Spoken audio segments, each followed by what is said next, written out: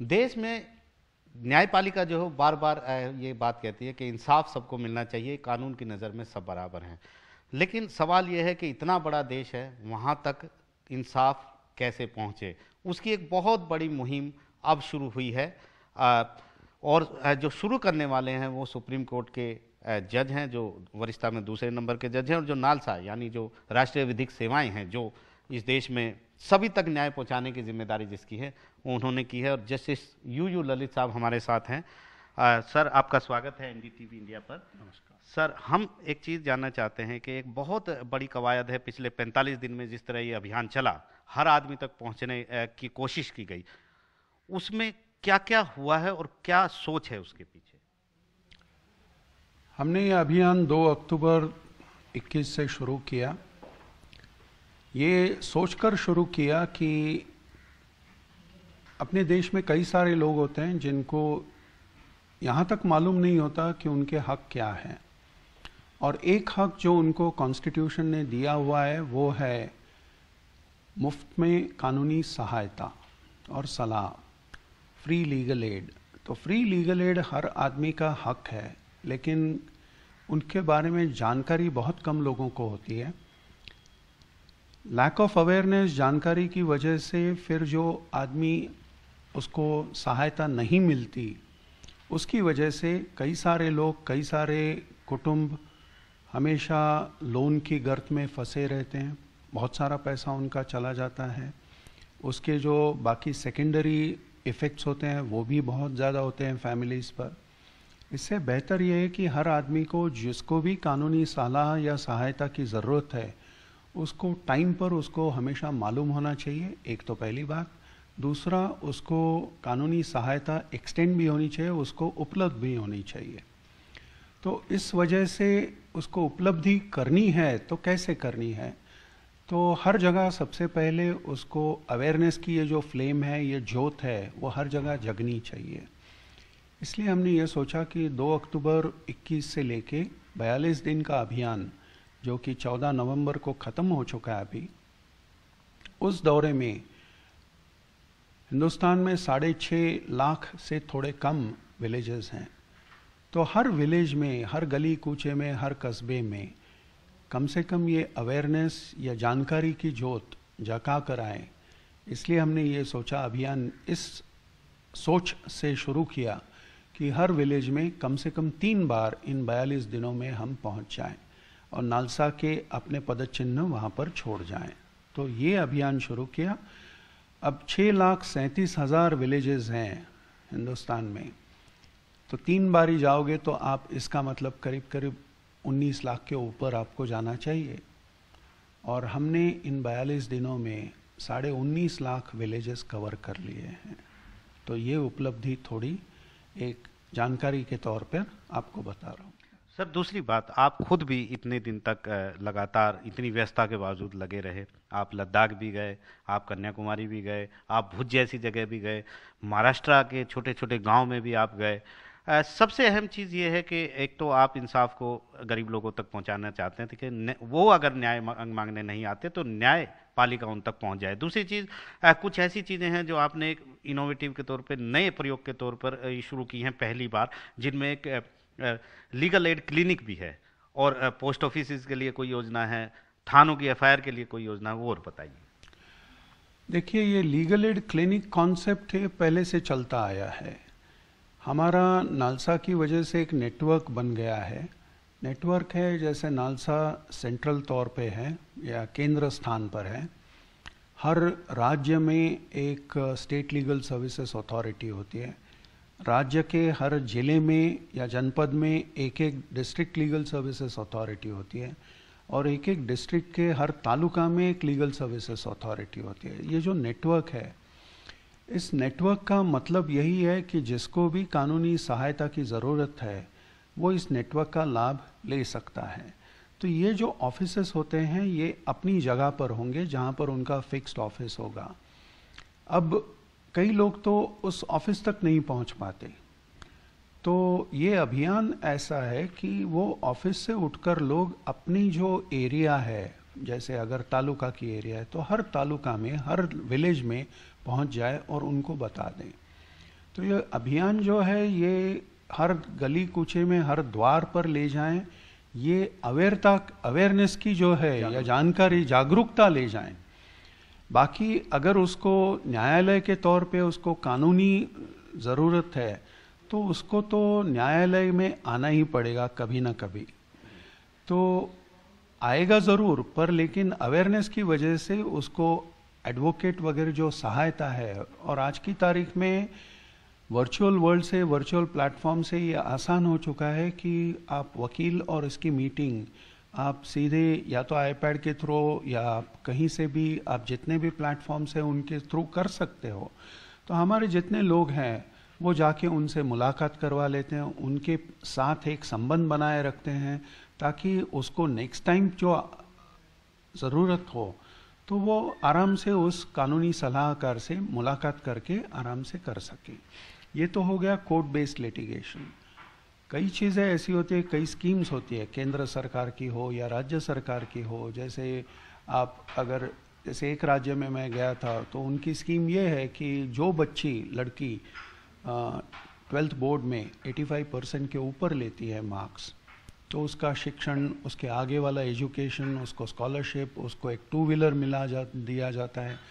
तो ये जैसी एंटाइटलमेंट है कि हर एक स्कीम के अंडर, उन स्कीम्स के अंडर की जो एंटाइटलमेंट है, उस एंटाइटलमेंट या उसका हक जो है स्कीम के अंदर, वो स्कीम वाला हक भी उसको दिलाना है।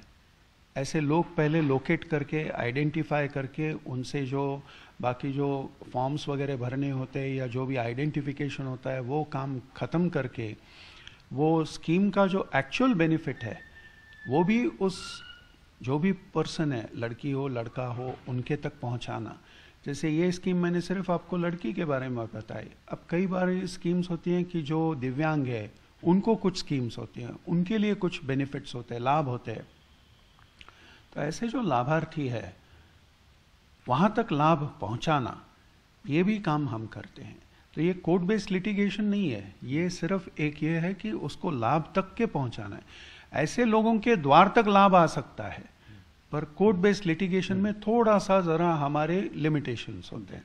तो बहुत बड़ी एक कवायद ये भी हुई है कि लोगों को अधिकार कैसे पता चले। जैसे पोस्ट ऑफिस और पुलिस स्टेशन बहुत अहम जगह हैं जहाँ पे पब्लिक, जनता का सबसे ज़्यादा आना जाना होता है। उसके लिए भी कुछ नए दिशा निर्देश जारी किए गए हैं। ये जो निर्देश या जारी करना या आइडियाज़ है, ये थोड़ा सा 42 दिन से पहले हमने की थी। जैसे जब मैंने एग्जीक्यूटिव चेयरमैन के तौर पे सूत्र संभाले जून महीने से, तो हमने उसके बाद कई सारे स्टेट लीगल सर्विसेज अथॉरिटी के चेयरपर्सन्स, उनके जो अधिकारी हैं, उनके जो न्यायाधीश है जो काम करते हैं, उनके साथ मुलाकातें की। तो हमें समझ में आया कि अवेयरनेस सबसे ज़्यादा कम लेवल पे है। तो ये अवेयरनेस किस तरह से बढ़ाएं। एक दूसरी बात ये कि जितने कोर्ट बेस्ड लिटिगेशंस हैं उसमें सिविल या क्रिमिनल, ऐसा अगर आप डिस्टिंक्शन करते हो, तो सिविल लिटिगेशन में आदमी को रिएक्शन टाइम होता है। जैसे अगर मैं दीवानी मुकदमा करना है मुझे, तो मैं 4 दिन बाद कर सकता हूँ, 7 दिन बाद कर सकता हूँ, 15 दिन बाद कर सकता हूँ। सो रिएक्शन टाइम ज़्यादा होता है। क्रिमिनल मैटर्स में या फौजदारी मुकदमों में अगर समझो आदमी अरेस्ट होना है तो उसको रिएक्शन टाइम बड़ा कम होता है। उस कम रिएक्शन टाइम में उसको सारी की सारी चीज़ें उपलब्ध होनी ज़रूरी होती है। वो कैसे हों? तो एक क्रिमिनल, अगर आप क्रिमिनल मैटर में कोई फंसा है तो सबसे पहले उसको पुलिस उठा के पुलिस स्टेशन ले जाएगी अरेस्ट के तौर पे। तो सबसे पहली बात यह है कि उसका इंटरफेस कहाँ से शुरू होगा? पुलिस स्टेशन से। इसलिए हमने ये तय किया और ये रिक्वेस्ट की होम मिनिस्ट्री से कि हर पुलिस स्टेशन में ये बोर्ड लगाया जाए कि अगर आदमी सस्पेक्ट हो, अक्यूज्ड हो, तो उसको इस एजेंसी के माध्यम से आपको लीगल एड मिल सकती है। उसका पता ये है, उसका फ़ोन नंबर ये है। एक तो बोर्ड्स लग गए। दूसरी बात ये कि जो भी आदमी अरेस्ट होगा वो सबसे पहले उसको एफआईआर में दर्ज नाम होगा और उसको एफआईआर मिलेगी कॉपी। तो एफआईआर में ही वो चीज़ें दोबारा से रिपीट हो कि नियरेस्ट लीगल एड क्लिनिक कौन है, कैसा है, कौन वहाँ पर आप किससे बात कर सकते हो, ये दूसरा। तीसरा ये कि जितने भी विलेजेस हैं, नॉर्मली मनी ऑर्डर इकोनॉमीज चलती हैं। विलेज के कई सारे युवा बाहर काम करते हैं, वो पैसे घर भेजते हैं, तो हर एक का संबंध पोस्ट ऑफिस से ज़रूर होता है। और पोस्ट ऑफिस से संबंध होने की वजह से पोस्ट ऑफिस में ही बोर्ड लगे, तो उनको हमेशा से पहले वो जानकारी होगी। तो ये कदम हमने पहले ही लिए थे, मतलब इन 42 दिनों से पहले। तो ये जानकारी का एक तरीका है, एक मीडियम है। एक मीडियम ये हो सकता है पुलिस स्टेशन, एक मीडियम पोस्ट ऑफिस है। जितने भी मीडियम आपके पास अवेलेबल हैं ऑडियो विजुअल, वो सारे मीडियम्स टैप करके उनका इस्तेमाल करके फिर वो जानकारी पहुंचानी है। सर, एक और अहम बात है, और ये सबसे अहम बात ये है कि आम लोगों की बहुत बड़ी उम्मीदें जो हैं वो देश की सबसे बड़ी अदालत पर हैं, जो सुप्रीम कोर्ट है। और आप आने वाली दिनों में अगले साल मुखिया भी बनेंगे, चीफ जस्टिस भी देश के बनेंगे अगले। तो ऐसे में आप देश के लोगों को, जो गरीब हैं, लाचार हैं, जिनको इंसाफ की ज़रूरत है, एज ए सुप्रीम कोर्ट जज, मतलब आप क्या भरोसा दिलाना चाहेंगे? अगर किसी को न्याय की जरूरत हो और वो पहुंच नहीं पा रहा हो, तो आप न्यायपालिका की तरफ से आप क्या भरोसा दिलाएंगे? देखिए, न्याय की प्रक्रिया जो भी होती है वो एक अपने दायरे में चलती है। जैसे कोई अगर किसी मुकदमे में है तो उसमें मुकदमे में उसके तरफ से उसके वर्शन क्या है, सामने वाला वर्शन यानी अपोजिंग वर्शन क्या है, ये सारी देख के न्याय दिया जाता है। एक बात ज़रूर है कि न्याय देने में विलंब नहीं होना चाहिए, देरी नहीं होनी चाहिए। देरी कई कारणों से होती है, ये अभी प्लेटफॉर्म नहीं है कि वो देरी क्यों होती है, कैसे होती है और वो दूर कैसे हो जाए। पर ये बात ज़रूर है कि हर आदमी जो किसी मुकदमे में या किसी कोर्ट बेस्ड लिटिगेशन में है, तो उसको कानूनी सहायता मिलना बहुत ज़रूरी है। कई बार जैसे ये शुरुआत ही हुई लीगल एड वगैरह कॉन्सेप्ट की, वो इसी दौर से शुरुआत हुई कि जो गरीब आदमी है उसको फ्री लीगल एड हमेशा मिलनी चाहिए। तो फिर कॉन्स्टिट्यूशन में अमेंडमेंट होके 39A वगैरह आ गए, कॉन्सेप्ट से शुरू हो गए।